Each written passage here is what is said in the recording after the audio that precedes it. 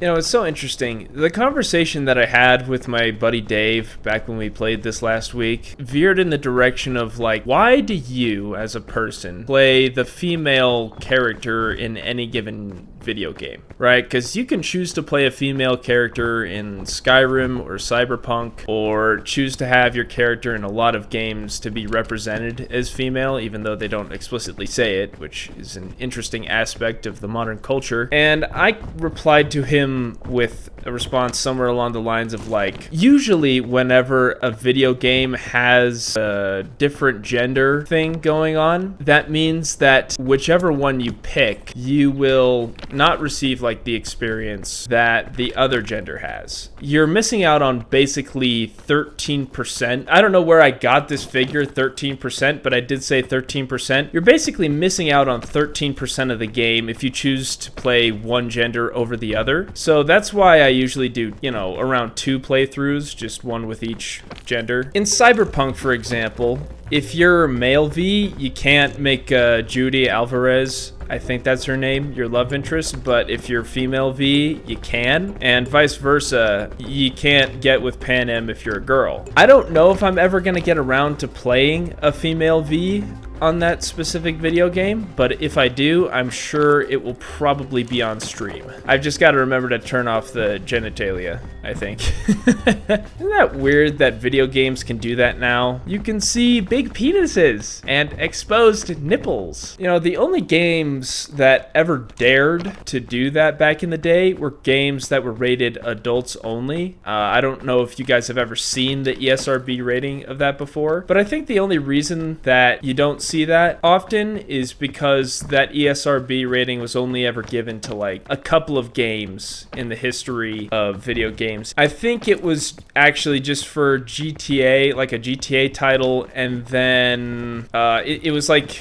this Japanese game. It was like Lollipop Chainsaw, I think it was. I've thought about coming around to playing that game once or twice, but I never sunk my teeth into how to find it. I think it's on Steam. I'm not sure. Man, human beings are just verifiable savages. Because who in their right mind would create something so vulgar that even the rating that that piece of material has is for a very small and specific audience, so that they won't make any money off of it or really be known widely, but they do it anyways. It's kind of like certain mangas or certain animes. I used to watch this one anime back in the day, which I duly regret. It was called High School DxD, and genuinely, I think that that anime would have succeeded a whole lot more if they had just made it a regular normal shonen. But of course, as with most animes, in general, actually, they kind of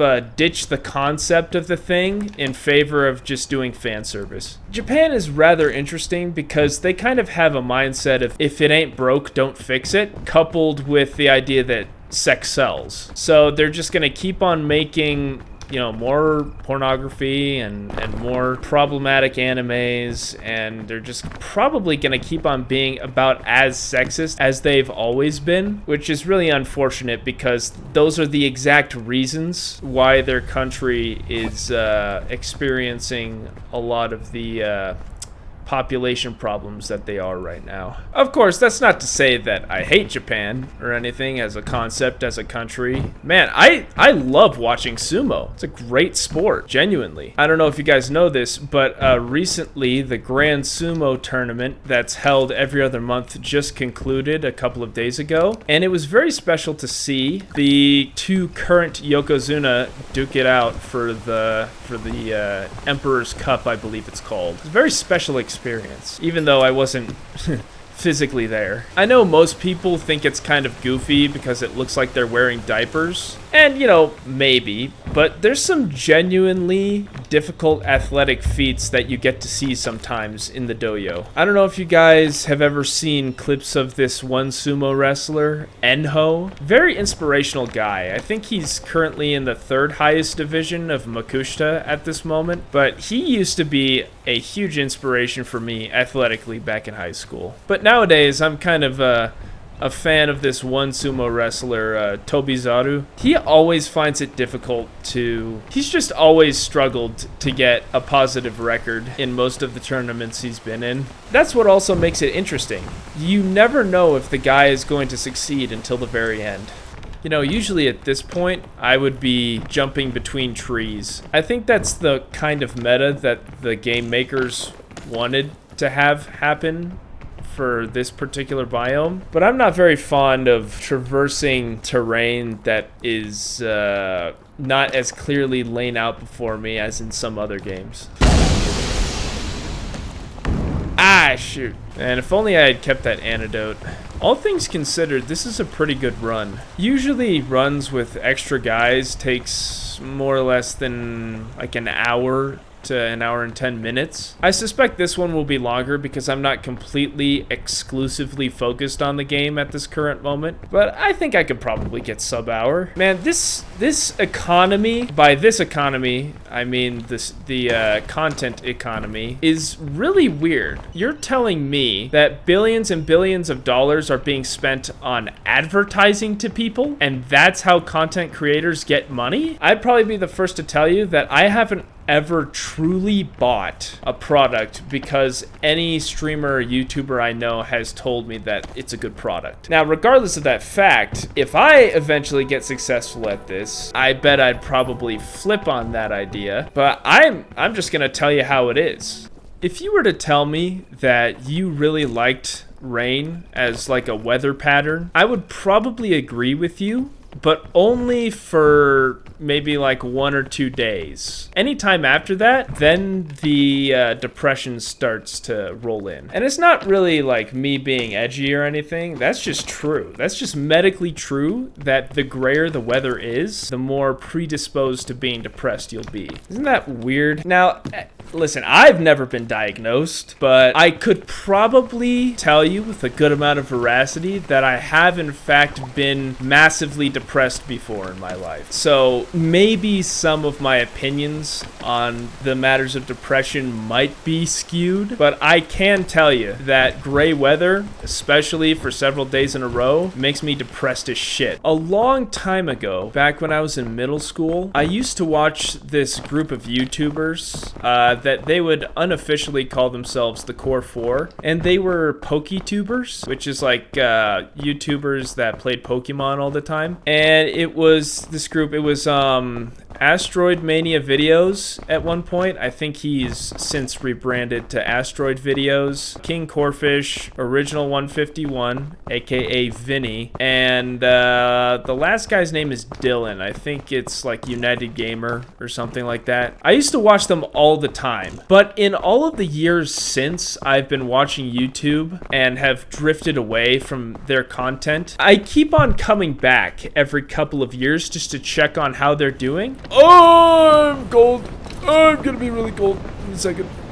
Anyways, like I was saying, every now and then, being, you know, every couple of years, I come back to my subscriber feed box and check up on how they're doing. And they're still doing the exact same content after all these years. The same soul links, the same nuzlocks, the same sleep locks, everything. And in the same way, their statistics, well, I don't know if statistics is the right word. Their numbers reflect almost the exact same amount too. When I stopped watching Vinny, you know, Original 151, he was at like 250,000 subscribers. And just recently when I checked on him again, he hasn't even made it to 1 million yet. And you know, God knows, I still love these YouTubers, man.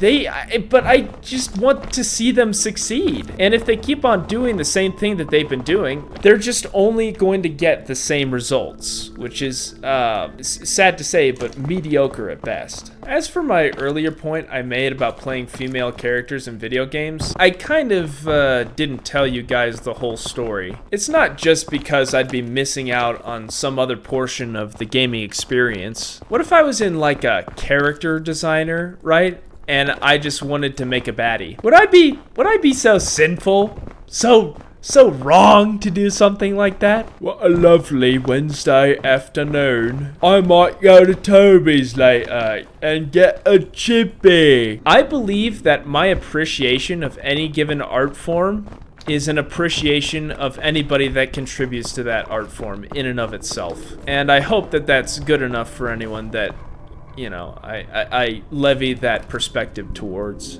Y'all ever watch the Coneheads with Dan Aykroyd? The only other thing that I remember Dan Aykroyd from was like Ghostbusters. Oh my word, Ghostbusters, Jeremy?